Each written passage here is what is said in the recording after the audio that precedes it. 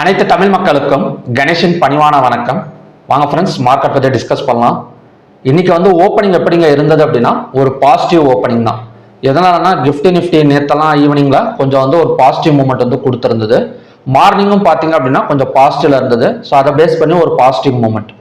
இந்த positive moment வந்து தொடர்ந்து வந்து ஒரு 24,400 இல்லைன்னா 24,800 இல்லைன்னா 25,000 இந்த மாதிரி எல்லாம் மூமெண்ட் கொடுக்கும் அப்படின்னு தான் எல்லாரும் நான் நினச்சிட்டு இருந்தாங்க. அதுக்கு என்ன ரீசன் அப்படின்னா ட்ரம்ப் அவர்கள் தான். இப்போ ட்ரம்ப் வந்து விடிஞ்ச உடனே என்ன பண்ணிட்டாரு அப்படின்னா ஒரு நியூஸ் வந்து கொடுத்துருந்தாரு.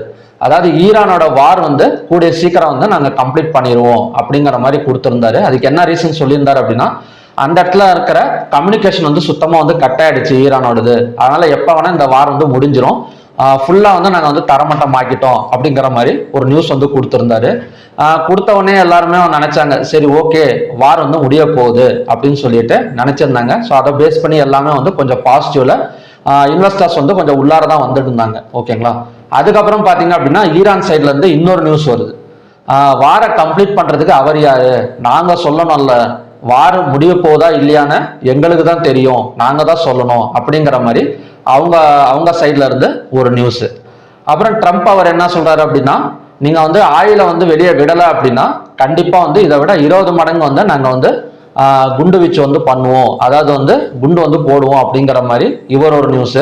உடனே அவங்க சைட்ல இருந்து ஒரு நியூஸ், ஈரான் சைட்ல இருந்து என்ன சொல்லியிருக்காங்க அப்படின்னா நீங்க தாக்குதல் நடத்தினா 1 லிட்டர் ஆயில் கூட உங்களால வந்து வெளியே வந்து எடுத்துட்டு போக முடியாது, ஸ்ட்ரெயிட் ஆஃப் ஹார்மஸ்ல இருந்து 1 லிட்டர் ஆயில் கூட நாங்க வந்து வெளியே அனுப்ப மாட்டோம் அப்படிங்கிற மாதிரி நியூஸ். இப்படியே மாறி மாறி பாத்தீங்க அப்படின்னா நியூஸை போட்டு குழப்பிக்கிட்டே தான் இருந்தாங்க காலையில இருந்து. அப்படியே ஈரானும் சரி, அதே சமயம் யூஎஸ்ல அமெரிக்கால ட்ரம்ப் அவர்களும் சரி மாறி மாறி நியூஸ்ல சண்டை போட்டுட்டு தான் இருந்தாங்க. ஓகேங்களா.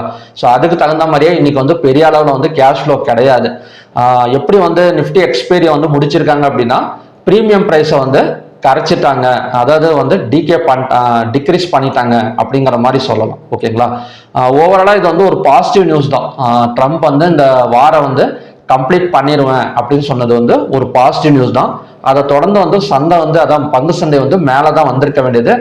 நேற்று கம்பேர் பண்றதை விட இன்னைக்கு வந்து எல்லா செக்டார்லயும் வந்து இன்வெஸ்டர்ஸ் வந்து உள்ளார வந்து வந்திருக்காங்க. ஓகேங்களா. அதுக்கு தகுந்த மாதிரி க்ரூட் ஆயில் எல்லாம் கொஞ்சம் நல்லா இறங்கி இருக்கு. க்ரூட் ஆயில் எல்லாம் கிட்டத்தட்ட ஒரு 2,500 2,600 பாயிண்ட்ஸ் பக்கம் நேத்துல இருந்தே நமக்கு வந்து டவுன் ஆயிருக்கு இவர் சொன்ன இந்த நியூஸ் மூலியமா.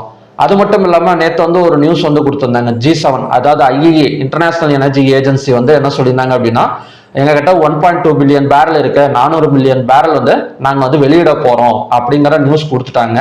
ஆனா வெளியிடல. அதுக்கு பதிலா என்ன சொன்னாங்க அப்படின்னா G7 மீட்டிங் வந்து 7 மணிக்கு நடக்குது, அதுக்கப்புறம் தான் நாங்க வெளியிடுவோம்னு சொன்னாங்க. அதுக்கப்புறம் என்ன நியூஸ் கொடுத்திருந்தாங்க அப்படின்னா G7 மீட்டிங் வந்து சரியா வந்து ஒத்துழைக்கல, இனிமே இதை வந்து நாங்க தள்ளி போடுறோம் அப்படிங்கிற மாதிரி ஒரு நியூஸ் வந்து கொடுக்குறாங்க. ஏன்னா இன்டர்நேஷனல் எனர்ஜி ஏஜென்சிங்கிறது ஒரு பெரிய இடம். ஸோ ஃபர்ஸ்ட் வந்து இவர் ஒரு நியூஸை கொடுத்துட்டாங்கனாலே அந்த மார்க்கெட் வந்து ரியாக்ட் ஆக ஆரம்பிச்சிருது.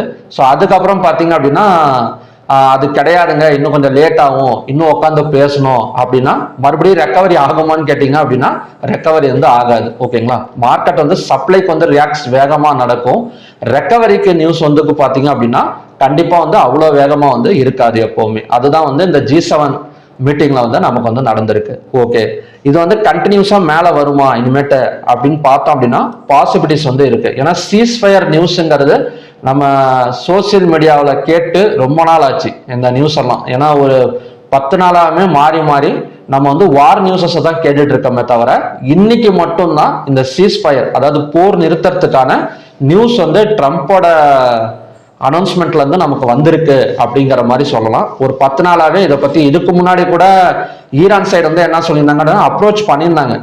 ஈரான் சைட்ல மிலிட்ரி ஆஃபீஸர்ஸ் எல்லாம் பார்த்தீங்க அப்படின்னா அப்ரோச் பண்ணியிருந்தாங்க. அதுக்கு என்ன சொல்லினாரு அப்படின்னா அதுக்கெல்லாம் இப்போ வந்து வேலைக்கு ஆகாது, இது வந்து ரொம்ப லேட் ஆயிடுச்சு அப்படிங்கிற மாதிரி ட்ரம்ப் சொல்லியிருந்தாரு. பட் இன்னைக்கு தான் இந்த அதாவது வெரி கம்ப்ளீட் சூன் அப்படிங்கிற ஒரு நியூஸ் வந்து கொடுத்துருக்குறாங்க. இது கூடிய சீக்கிரம் ஒரு போர் நிறுத்தம் நடக்கும் அப்படிங்கிற மாதிரி ஒரு கான்செப்ட்ல தான் இப்போதைக்கு வந்து மார்க்கெட் வந்து மூவ்மெண்ட் வந்து கொடுத்துட்டு இருக்கு. ஓகேங்களா. இப்போ லாஸ்ட் ஒரு 2:30 மணிக்கு என்னன்னா இன்னொரு இப்போ புதுசா ஒருத்தர் சுப்ரீம் லீடர், ஈரான்ல சுப்ரீம் லீடரா ஒருத்தர் வந்தார்ல, முஸ்தபா காமனி, அவரோட பையன், அதாவது இதுக்கு முன்னாடி அவரோட பையன் தான் இப்போ வந்து லீடரு. இப்போ வந்து இவங்க ஒரு நியூஸ் வந்து கொடுத்துருந்தாங்க. என்ன அப்படின்னா அந்த முஸ்தபா காமனி வந்து அந்த வார்னால ஒரு காயம், அதாவது அடிபட்டிருக்கு அப்படிங்கிற மாதிரி ஒரு நியூஸ் வந்து கொடுத்துருக்காங்க. ஓவராலா எல்லாமே பார்த்தீங்க அப்படின்னா ஒரு போர் நிறுத்தம் நடக்கிறதுக்கான வாய்ப்புகள் இருக்கிற மாதிரி தான் தெரியுது ஒரு 2-3 நாளுக்குள்ளார. இப்போ உடனே நடந்துருமான்னு சொல்ல முடியாது. நியூஸ் எல்லாம் வரது பார்த்தோம் அப்படின்னா ஒரு கூடிய சீக்கிரம் 2-3 நாள்ல இதுக்கான ஒரு சொல்யூஷன் கொடுப்பாரு ட்ரம்ப். அப்புறம் ஈரான் சைட்ல இருந்து ஏதாவது ஒரு சொல்யூஷன் கிடைக்கிற மாதிரி தான் தெரியுது. ஓகேங்களா, இதை முழுக்க முழுக்க எதனால இந்த வார் அப்படின்னா ஆயிலுக்காக தான். இந்த க்ரூட் ஆயிலோட ப்ரொடக்ஷனை இவர் வந்து எடுத்துக்கணும், ட்ரம்ப் வந்து ஆக்கிரமிப்பு பண்ணணும் அப்படிங்கிற ஒரு ஐடியால தான் இந்த ஓவராலா இந்த வார் வந்து போயிட்டு இருக்கு. ஸோ பார்க்கலாம் எந்த மாதிரி வந்து நடக்குது அப்படின்னு. ஓகே, இப்போ நமக்கு வந்து மார்க்கெட் மேலே வருமா, எவ்வளோ தூரம் போகும் அப்படிங்கிறத ஸோ நம்ம டெக்னிக்கல் வைஸா வந்து டிஸ்கஸ் வந்து பண்ணலாம். இப்போ ஸ்டாக் ஹீட் மேப் எடுத்துக்கிட்டோம் அப்படின்னா நமக்கு வந்து எல்லா ஸ்டாக்ஸ்லையுமே, அதாவது எனர்ஜி, ரிலையன்ஸ், ஓஎன்ஜிசி, கோல் இந்தியா, இந்த 3 தவிர மற்ற எல்லா ஸ்டாக்ஸ்லையுமே பணத்தை வந்து உள்ளார இன்வெஸ்டர்ஸ் வந்து எடுத்துட்டு வந்திருக்காங்க அப்படின்னு தான் அர்த்தம். ஓகேங்களா, அதுவும் சாதாரணமாக கொஞ்சம் எடுத்துட்டு வரல. ஆட்டோ செக்டார்லாம் நல்லாவே கொண்டு வந்திருக்காங்க. அதாவது 2.58% Maruti, M&M 3.31%, Titan, Eicher motor, Bajaj auto, TMPV, so எல்லாமே வந்து ஒரு பாசிட்டிவ்ல தான் கொடுத்துருக்காங்க இந்த நியூஸ்னால. அதாவது அந்த போர் நிறுத்த போறோம் அப்படிங்கிற ஒரு நியூஸ் மூலயமா இந்தியாவில் என்ன சொல்றது, ஒரு இன்வெஸ்டர்ஸ் வந்து உள்ளார வந்திருக்காங்க அப்படிங்கிற மாதிரி சொல்லலாம். பேங்கிங் அண்ட் ஃபினான்ஸ் செக்டார் நல்லாவே இருக்கு. அதாவது நேற்றெல்லாம் பார்த்தீங்கன்னா சுத்தமா டவுன்ல இருந்தது. இன்னைக்கு வந்து பார்த்தீங்கன்னா நேற்று கொஞ்சம் தான் ரெக்கவரி நடந்தது. நேற்று வீடியோலயே நம்ம வந்து பேசியிருந்தோம், பேங்க் நிஃப்டி, ஃபின் நிஃப்டி எல்லாம் பெரிய அளவில் வந்து ரெக்கவரி நடக்கல அப்படின்னு. பட் இன்னைக்கு காலையில பார்த்தீங்கன்னா நல்லாவே ரெக்கவரி ஆயிருக்கு. அதுல ஐசிஐசி பேங்க் 2.77%, ஸ்ரீராம் ஃபைனான்ஸ் 7.92%. இப்போ ஐசிஐசி பேங்க்லாம் எடுத்துக்கிட்டோம் அப்படின்னா ஒரு வீக்லி சப்போர்ட்ல நிக்குது, அதாவது 1314 சப்போர்ட்ல நிக்குது. இதோட ரெசிஸ்டன்ஸ் ஜோன் எல்லாம் பாத்தீங்கன்னா கொஞ்சம் தூரமாவே இருக்கு, 1380, 1400 சம்திங்ல இருக்கு. கொஞ்சம் மேல வந்தது இந்த ஐசிஐசி பேங்க் வீக்லி சப்போர்ட்ல நிக்கிறதுனால ஒரு 1380, 1400 வரதுக்கான ஒரு பாசிபிலிட்டி இருக்கு. தொடர்ந்து நமக்கு வந்து ரெக்கவரி கொடுத்தது அப்படின்னா. ஸோ மற்றபடி அதானி போச்செல்லாம் அந்த அளவுக்கு இல்லை, இருந்தாலும் ஒரு பெரிய அளவில் வந்து மார்க்கெட்ல இருந்து பணம் வெளியே போகல அப்படிங்கிற மாதிரி நாம வந்து எடுத்துக்கலாம். ஓகேங்களா, நெக்ஸ்ட் வந்து open interest data. So open interest data call ஆப்ஷனை பை பண்ணி புட் ஆப்ஷனை செல் பண்ணியிருக்கிற மாதிரி கொடுத்துருக்காங்க. எதுல அப்படின்னா பேங்க் நிஃப்டி, அப்புறம் நிஃப்டி 50, மிட் கேப் நிஃப்டி, அதுக்கப்புறம் பேங்க் எக்ஸ், இதுலலாம் பார்த்தீங்கன்னா கால் ஆப்ஷனை பை பண்ணி புட் ஆப்ஷனை செல் பண்ணியிருக்கிற மாதிரி க்ளோஸ் ஆயிருக்கு அப்படின்னா இன்னும் 10 மினிட்ஸ் இருக்கு க்ளோஸ் ஆகிறதுக்கு. ஃபின் நிஃப்டி எல்லாம் பார்த்தீங்க அப்படின்னா ஈக்குவல் க்ளோசிங் தான். ஃபின் நிஃப்டி அண்ட் சென்செக்ஸ் எல்லாம் பார்த்தீங்க அப்படின்னா ஒரு ஈக்குவல் க்ளோசிங். நெக்ஸ்ட் வந்து என்எஸ்சில மொத்தம் 3259 ஸ்டாக்ஸ் வந்து ட்ரேட் ஆயிருக்கு. அதில் அட்வான்ஸ் எடுத்துக்கிட்டோம் அப்படின்னா 2509, டிக்ளைன்ஸ் வந்து 657, அன்சேஞ்சு வந்து 93. 52 வீக் ஹைல வந்து 27 ஸ்டாக்ஸும் 52 வீக் லோல வந்து 147 ஸ்டாக்ஸும் பார்த்தீங்கன்னா, ஏன்னா 52 வீக்ல லோல 147 ஸ்டாக்ஸ் இருக்கு. இப்போ நேத்தெல்லாம் எவ்வளவு இருந்தது, 700 ஸ்டாக்ஸ் பக்கம் இருக்கு. கிட்டத்தட்ட 500 ஸ்டாக்ஸ் வந்து ரெக்கவரி ஆயிருக்கு. ஸோ நல்ல இன்வெஸ்டர்ஸ் வந்து உள்ளார வந்திருக்காங்க அப்படின்னு சொல்லலாம். அப்பர் சர்க்கியூட்ல 91, லோயர் சர்க்கியூட்ல 63.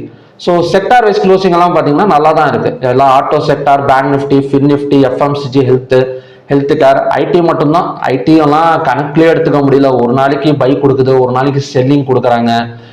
இப்போ ஃபுல் அண்ட் ஃபுல் அந்த ஏஐ பத்தி பெரிய அளவில் நியூஸ் வர்றது கிடையாது. அதாவது என்ன சொல்றது அப்படின்னா பழகிக்கிட்டாங்க அப்படிங்கிற மாதிரி சொல்லலாம். இப்போ ஐடி எவ்வளோ நாள் தான் அந்த ஏஐ வச்சு ஐடி இறங்கிக்கிட்டே இருக்கும். ஸோ ஏதாவது ஒரு சொல்யூஷன் கொண்டு வந்து தான் ஆகணும். ஸோ அந்த ஒரு கான்செப்ட்ல ஐடி வந்து ஒரு கான்சல்டேஷனாக தான் இருக்கு. இப்போ மறுபடியும் ஏதாவது ஒரு ஏஐ வந்து அனௌன்ஸ் பண்ணிட்டாங்க, அதுக்கு அட்வான்ஸா அப்படின்னா ஐடி செக்டார் இறங்கும். பட் அந்த அளவுக்கு, ஏன்னா ஆல்ரெடி இன்ஃபோசிஸ் எல்லாம் என்ன பண்ணிட்டாங்க அப்படின்னா அந்த ஏஐ கூடயே வந்து ஒரு கொலாப் மாதிரி வச்சுட்டாங்க. இன்ஃபோசிஸ், இன்னும் ஒரு சில கம்பெனி, ரிலையன்ஸ், இந்த ஏஐ சப்மிட் நடந்தது பார்த்தீங்களா, ஸோ அது ஏஐ கூட ஒரு கொலாப் மாதிரி வச்சுட்டனால அந்த ஏஐ கூட பழக ஆரம்பிச்சிட்டாங்க அப்படிங்கிற மாதிரி சிம்பிளா வந்து சொல்லலாம். ஒரு கான்சல்டேஷன்ல இருக்கு. இன்னும் ஏதாவது இன்னும் கொஞ்சம் கொலாப்லையும் மறுபடியும் இன்ஃபோசிஸ் ஏதாவது ஒரு ப்ராஜெக்ட் எடுத்தாலோ மறுபடியும் பார்த்தீங்க அப்படின்னா நமக்கு வந்து ஐடி வந்து ரெக்கவரி ஆக ஆரம்பிச்சிடும். இப்போ வந்து ஓவர் சோல்டுல சப்போர்ட்ல நிக்குது அப்படின்னு சொல்லலாம். ஐடி செக்டரை பொறுத்த வரைக்கும் ஒரு 30,000ங்கிறது support zone Nifty IT. Okay, next வந்து பார்த்தோம் அப்படின்னா heavyweight stocks, banking and finance sector நல்லா இருக்குங்க. அதான் நான் சொன்னல, ஐசிஐசி பேங்க் எல்லாம் ஒரு நல்ல ஒரு சப்போர்ட் ஜோன்ல, ஒரு வீக்லி சப்போர்ட்ல நிக்குது 1310, 1300ல. அதனால கிட்டத்தட்ட 2.59% பக்கம் குரோத் ஆயிருக்கு. State Bank of India, HDFC எல்லாமே ஒரு பாசிட்டிவ். ரிலையன்ஸ் மட்டும்தான் ஒரு 15 பாயிண்ட் இறங்கி ஒரு 1.07% பக்கம் டவுன் ஆயிருக்கு. நேற்று ஏறினது எதனாலங்கிறது நம்ம நேற்றே பார்த்துருந்தோம். இந்த யூஎஸ் வேவர்னால நேற்று கொஞ்சம் ஏறி இருந்தது. இன்னைக்கு இறங்கி இருக்கிறது எதனால அப்படின்னா அந்த ட்ரம்ப் அவரோட அனௌன்ஸ்மெண்ட் இந்த மாதிரி வார் வந்து நிறுத்த போறோம்னு சொன்னனால எப்படியும் சப்ளை வந்து ரிலையன்ஸ்க்கு வந்து கொஞ்சம் இறங்கி இருக்கு. கிட்டத்தட்ட 1.07% வந்து நமக்கு வந்து டவுன் ஆயிருக்கு. Maruti, M and M, Shriram finance, TCS, Sun Pharma எல்லாமே வந்து பாசிட்டிவ். டிசிஎஸ் அண்ட் இன்ஃபோசிஸ் மட்டும் கொஞ்சம் நெகட்டிவ்ல வந்து போயிட்டு இருக்கு. டாப் கெய்னர்ஸ் எடுத்துக்கிட்டோம் அப்படின்னா Shriram finance, TMPV, IndiGo, Eicher motor, எம்என்டம். ஸோ இதெல்லாம் பார்த்தீங்கன்னா டாப் கெய்னர்ஸ். டாப் லூசர்ஸ் எடுத்துக்கிட்டோம் அப்படின்னா எட்டர்னல், இன்ஃபோசிஸ், ரிலையன்ஸ், ஓஎன்ஜிசி, பாரதி ஏர்டெல். ஸோ இதெல்லாம் பார்த்தீங்க அப்படின்னா டாப் லூசர்ஸுக்கான ஸ்டாக்ஸ். ஓகே, இப்போ நம்ம டெக்னிக்கலாக பார்க்குறோம். ஒரு சார்ட் வைஸ் பார்த்தோம் அப்படின்னா பேங்க் நிஃப்டி நமக்கு 1.68% பக்கம் growth கொடுத்துருக்கு. அது மட்டும் இல்லாமல் நேத்தோட பிரேக் அவுட் பாயிண்ட் தான் நாளைக்கான சப்போர்ட் ஜோன். இப்போ நேற்று பிரேக் அவுட் பாயிண்ட் வந்து 56,258. ஸோ அந்த இடத்துல மறுபடியும் சப்போர்ட்டாக வந்து ஒர்க் அவுட் ஆகக்கூடிய சான்சஸ் இருக்கு. அப்படி இல்லைன்னா ஹையாக பிரேக் அவுட் பண்ணால் ஒரு 57,690 வரைக்கும் போயிட்டு அந்த இடத்துல தான் நமக்கு வந்து ரெசிஸ்டன்ஸ் ஜோன் வந்து இருக்கு. நெக்ஸ்ட் வந்து நிஃப்டி பார்க்கலாம். நிஃப்டி வந்து ஒரு ஹேமர் கேண்டல் ஃபார்ம் ஆயிருக்குங்க.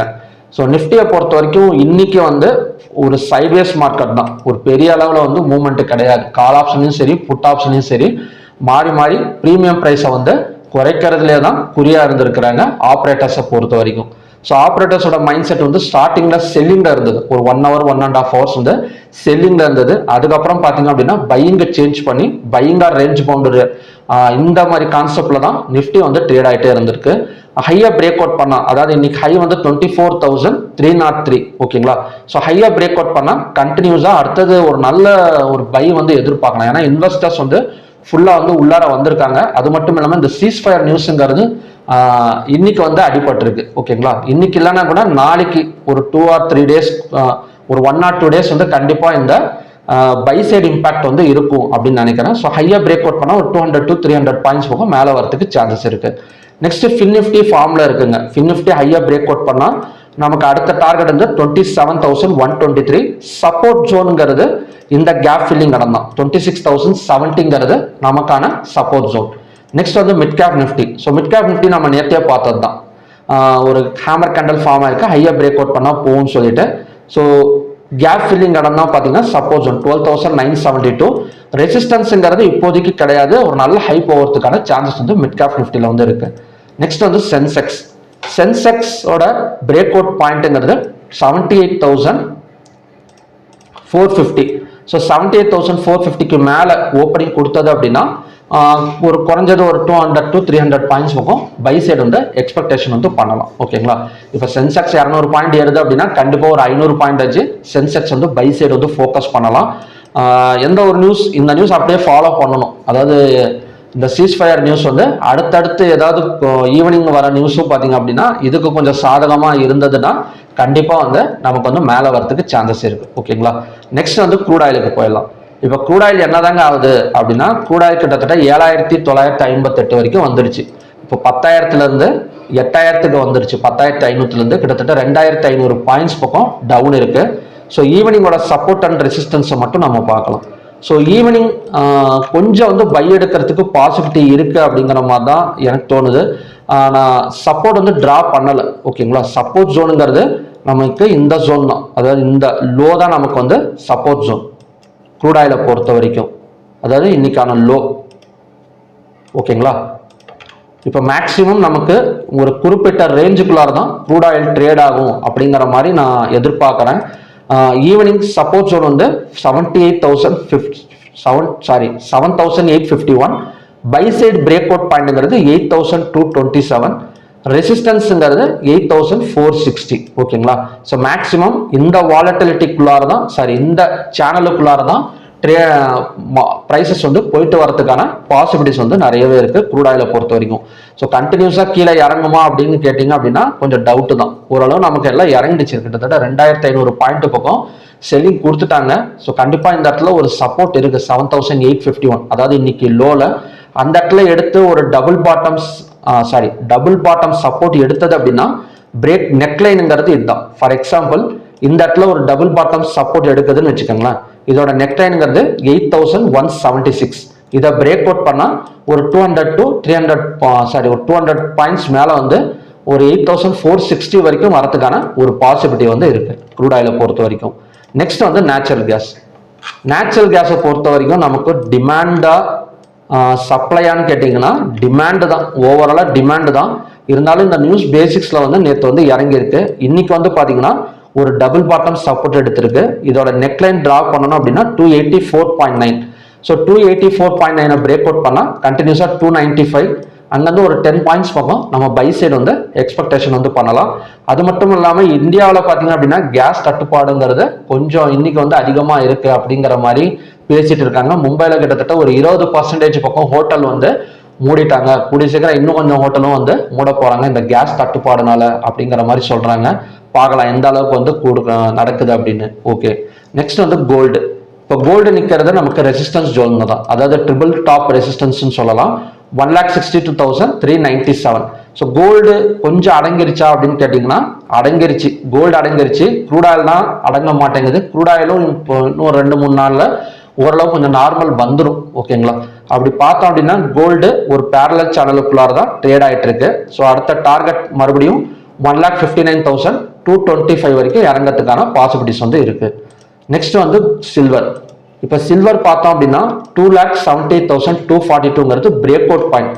ஸோ நம்ம ஒரு வாரமாகவே சொல்லிட்டு இருந்தோம் இந்த பேட்டர்ன் வந்து, அதாவது ட்ரையாங்கிள் பேட்டர்ன் பிரேக் அவுட் நடக்குது. ஸோ எப்போ வேணால் சில்வர் வந்து நமக்கு மேலே வந்துடும் அப்படிங்கிறது தான். ஸோ நம்ம அந்த ஒரு வாரமே இந்த டயக்ராம் வந்து பார்த்துட்டு இருக்கோம்.